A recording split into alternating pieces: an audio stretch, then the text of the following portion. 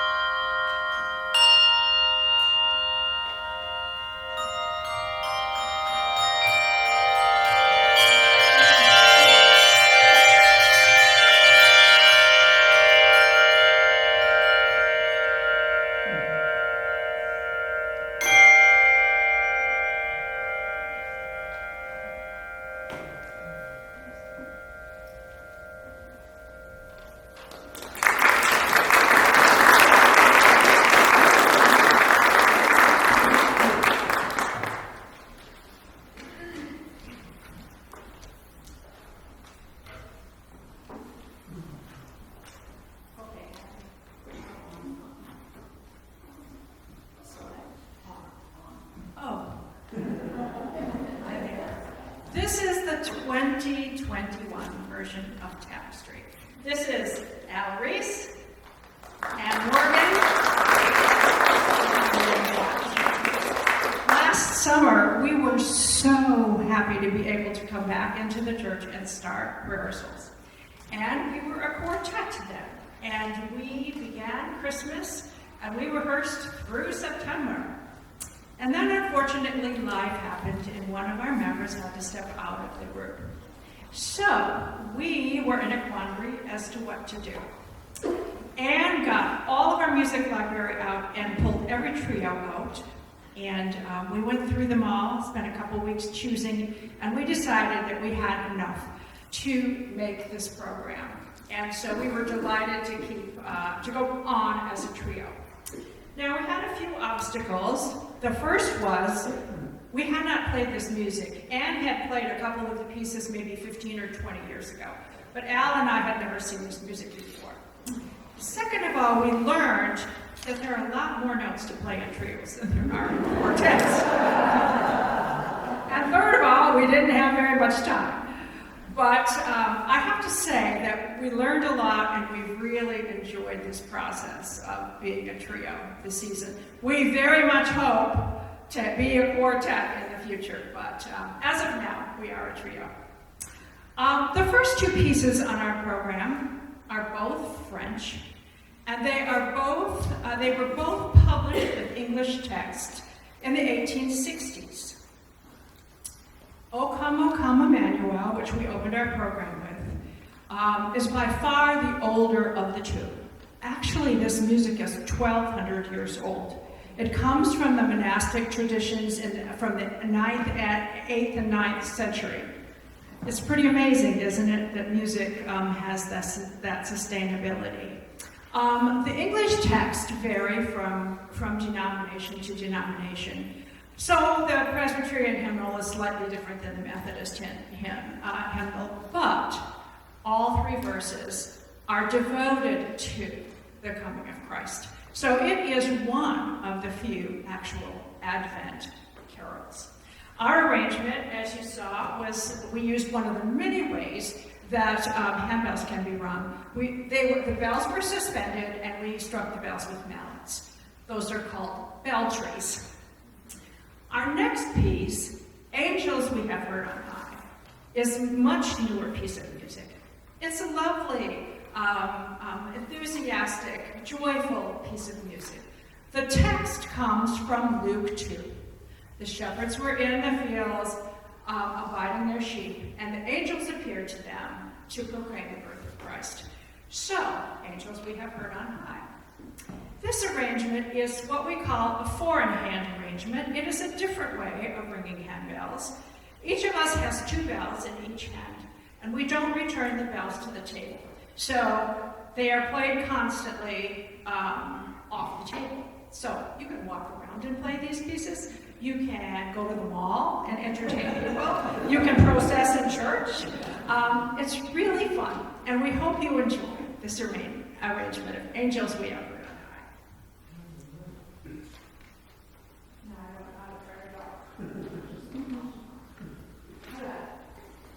Unusual.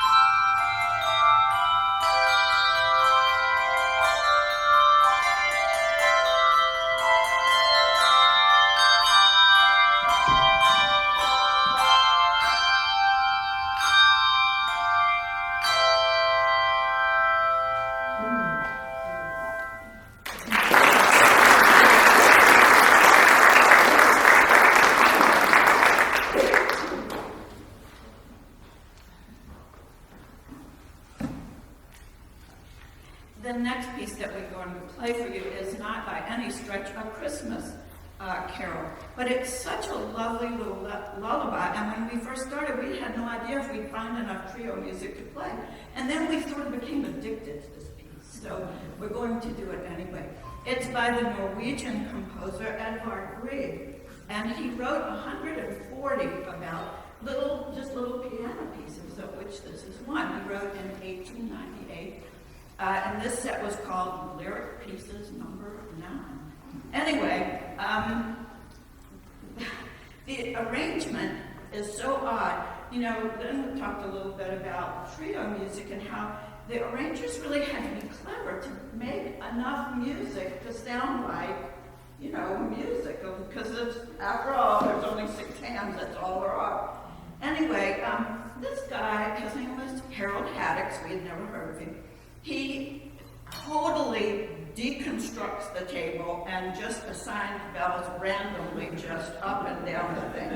And we all are connected with the Virginia Handbell Consort, and Al is our director, and he frequently says the nice thing about handbell music these days is that the composers and arrangers are all still with us, and you can just call them up and sort of say, what were you thinking? Now, I'm sure he says it nicer than that. He probably says, what were you thinking when you did this? Anyway, so I got this wild idea in the end of October that I would call up Haddox and say, what were you thinking? How did you ever come up with this? So I looked him up online, and what I found was his obituary. He died the 9th of October. I mean, that close. I was that close. Anyway, so I guess we'll never know what he was thinking. Anyway, the piece is delightful, and if you sort of watch, I have some really high bells way down there, and it's just bizarre. Anyway, but it's such a lovely piece. I hope you will enjoy by the play. How are we doing? Well, maybe promise.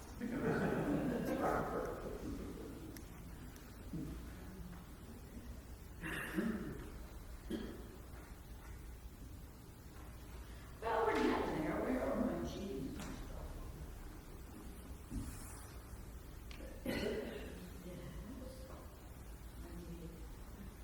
Sorry. See, I trained them. This is how we help one another.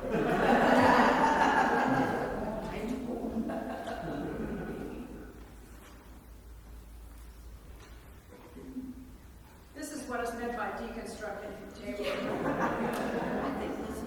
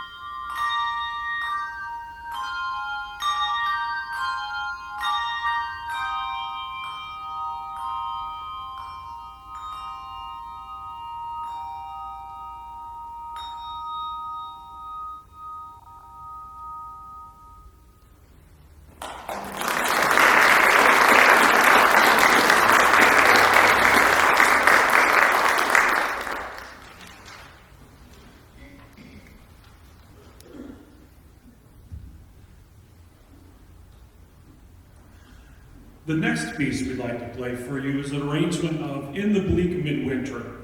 This was a poem written by Christina Rossetti in the late 1800s. Christina Rossetti was one of the finest Victorian age poets there was. She was a contemporary of Elizabeth Browning. In the late 1800s, she wrote this under the title A Christmas Carol. So that leads me to believe that that wasn't so much a title as a description, because I think Charles Dickens kind of already claimed that title. But the text to In the Bleak Midwinter, you probably know. In the bleak midwinter, frosty wind made moan, earth stood hard as iron, water like a stone. Snow had fallen, snow on snow, in the bleak midwinter, a long time ago. Now, in the Victorian age, they tended to take some poetic license. So Christ was born in Bethlehem. There really wasn't a whole lot of snow. And I don't think the sand got that hard. It was very common for them to kind of translate into the current time so that it would mean more to their contemporary folk. Gustav Holst, fabulous composer, heard the poem and wrote the tune Kerin, to which this text is most often sung. Christina Rossetti, she's also known for the text Love Came Down at Christmas, which I was very pleased to find and learn in the Episcopal hymnal when I served in the Episcopal Church. Very beautiful texts that lend themselves to some very beautiful music. So we hope you enjoy this arrangement of In the Bleak Midwinter.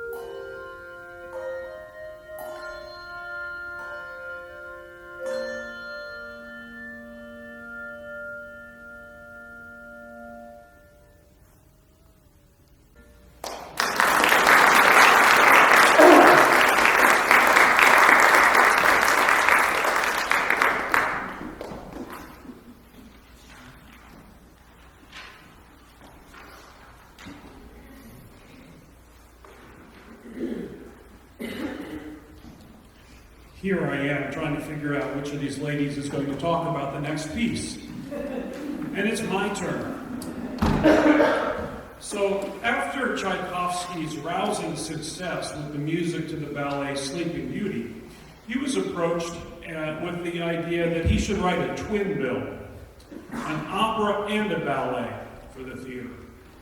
So he wrote Iolantha as the opera, and the ballet, the same choreographer whom he worked with for Sleeping Beauty came with this story, The Mouse King by E.T.A. Hoffman, and he said, well, this will be great. And Tchaikovsky agreed to it. And then the choreographer handed him a list of, and this is how I want the music written, this is the tempo, this is, I want a crescendo, I want a speed, all this exacting detail, which I'm surprised Tchaikovsky agreed to, but he did. And in his travels to the United States, as he was going through Paris, Tchaikovsky happened upon this brand new instrument called the celeste. It's like a piano, but it makes bell sounds, which is really appropriate for us. And this is, the Dance of the Sugar Plum Fairy was written to be played on celeste. We didn't bring our celeste because only one of us could fit there. And it's nowhere near as fun as all three of us playing. But Tchaikovsky I want this sound and I want this to go. And so he went to his manager and said, I want you to go buy this celeste. And don't tell my contemporaries, don't tell Glazunov, don't tell Rimsky-Korsakov about it, because I want to premiere this sound and this instrument with the Nutcracker, which he did. Now, when the Nutcracker was first performed in Russia, it was not well received. They liked the music, but they thought the story was strange. And what really offended them, you go to the ballet to see the prima ballerina feature. She doesn't even come out in the first act. There's these children on stage, and they thought that was terrible.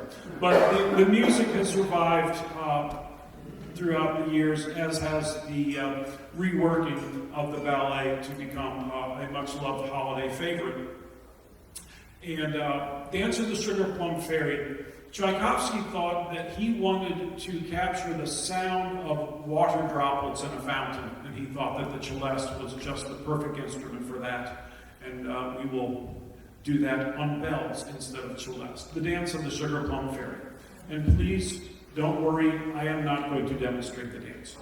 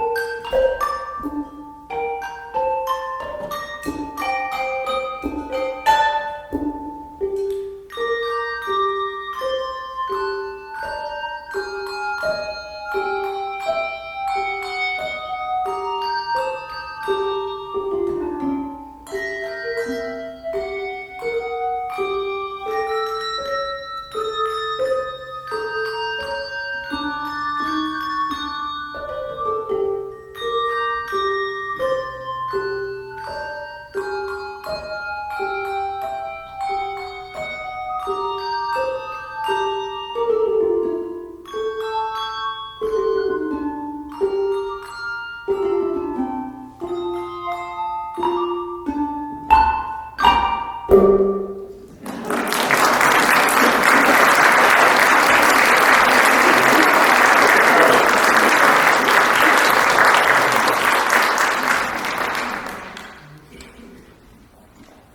do not know how long we have worked on that. The next piece that we're going to play for you is a nice arrangement of We Three Kings. You know, it kind of lends itself to a little, I guess it's the camels that it sort of lends itself to an exotic sort of an arrangement. The piece was written in 1857 by John Henry Hopkins, who was called an ecclesiologist, and I wasn't really sure what that meant, but I looked it up and found that an ecclesiologist is a person who studies or is an expert in the church. And it's not just the theology and the faith and the religion, but it's a person who studies the architecture, the art, the music, the glass, everything that is involved to come together to a church. I mean, a church sounds to me like kind of a Renaissance man, I guess.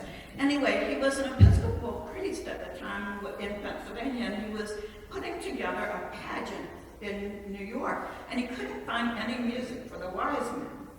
So, of course, he wrote one, and the verses, you know, the first one is kind of an introduction. This is who we are. The second, third, and fourth verses are sung by the kings, describing their gifts and what they mean and why they brought what they did. And then, of course, the fifth verse is a praise kind of verse. So this is a fun arrangement, I think, of We Three Kings.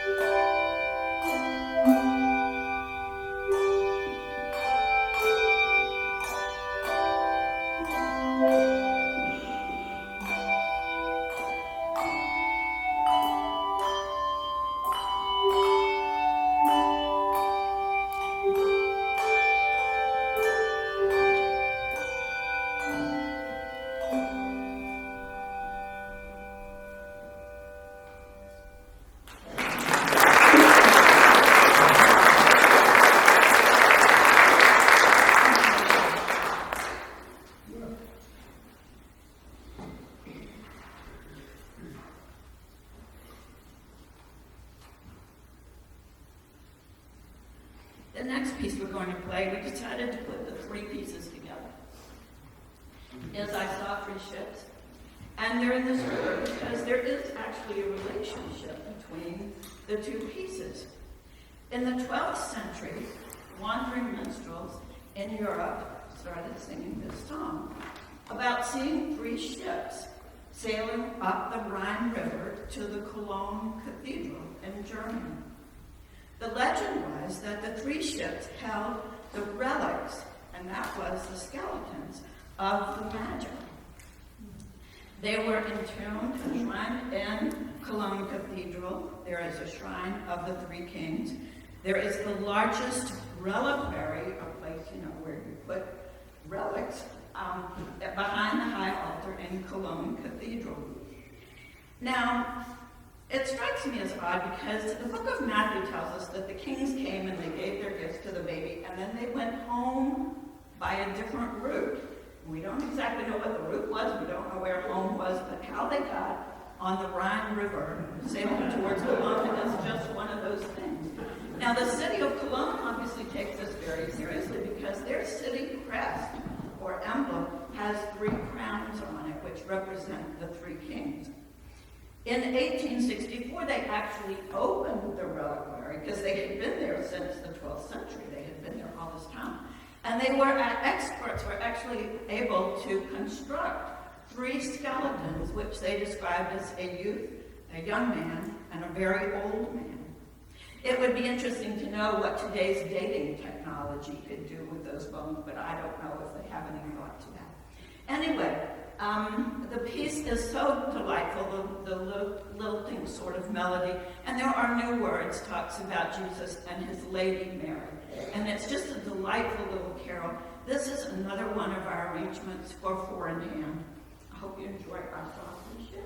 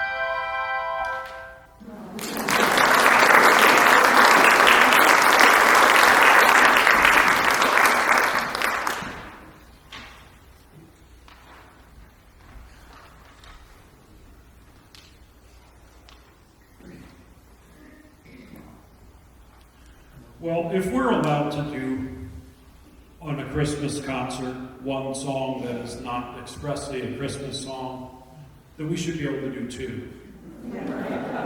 So glad you go along with that. So he's got the whole world in his hands, an arrangement of this lovely spiritual. The way that I would like to think of this for the purposes of this concert is that in the beginning, God put Jesus in our hands. The little helpless baby there in the manger with just his parents and some barnyard animals. And how over the course of time it has changed from the baby Jesus being put in our hands to our world being put in his hands. So that's how I would like to think about this piece for our concert. He's got the whole world in his hands.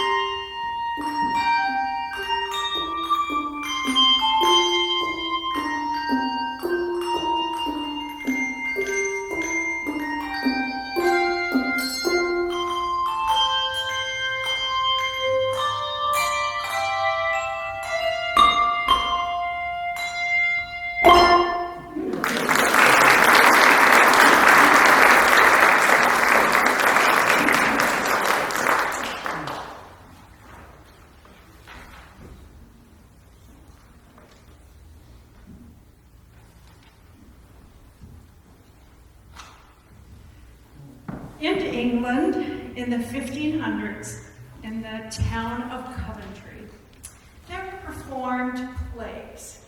And the plays were called mysteries, and they were mostly taken from the scriptures. In one scene in one of these plays, it portrays Joseph as he was met, or as he encountered an angel in his dream and was told to take his family to Egypt. The next scene that follows that one, a number of Bethlehem women walk onto the stage with their children, and they sing a beautiful lullaby to the children who are to be massacred. That is such a sad, sad story. The political upheaval occurred and religious upheaval occurred in England, and the plays faded into obscurity. But this particular carol, hymn, if you will, is a wonderful, wonderful reminder of those times. The melody is very appropriate for that period in time. That's a long time ago. We sing this melody today, and I think all of us, when we sing it, think about the baby children. Our arrangement is one which is a little different.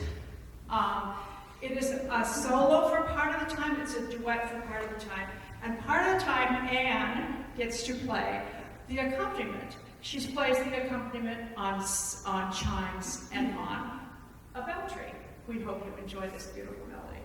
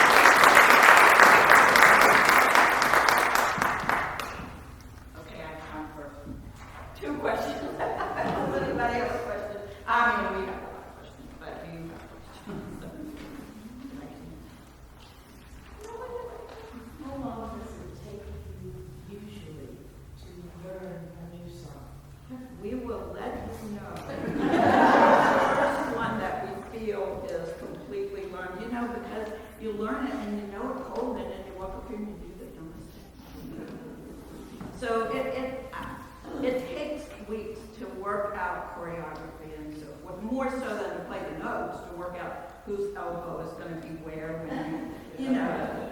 But I used the word choreography wisely because I was thinking while y'all were playing that you actually are dancing. it actually is. I mean, it's very carefully planned. Anybody else? Well, we're going to close by wishing you a Merry Christmas.